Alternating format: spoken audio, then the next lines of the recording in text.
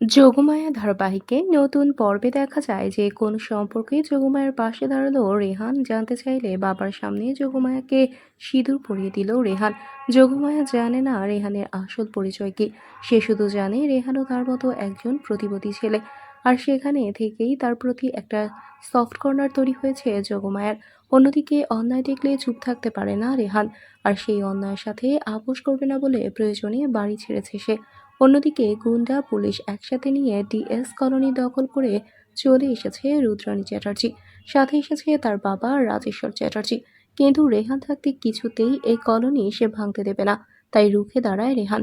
কিন্তু তার দিদি জানতে চায় কোন অধিকারে রেহান তার পাশে দাঁড়াচ্ছে। কিন্তু কথা শুনেও কিছু বলে না রেহান। কিন্তু এবার প্রশ্ন করে তার বাবা স্বয়ং রাজেশ্বর চ্যাটার্জি। রেহান তো চুপ থাকতে দেখে আবারও কোনো অধিকারে যোগমায়ার পাশে দাঁড়াচ্ছে জানতে চাইলে এবার চুপ না থেকে বাবার সামনে যোগমায়ার সিঁথিতে সিঁদুর পরিয়ে দিল রেহান। তো বন্ধুরা, কি হবে এবার? এক্ষুনি একটি লাইক দিয়ে এবং কমেন্ট করে জানিয়ে দাও তোমাদের মতামত। ধন্যবাদ।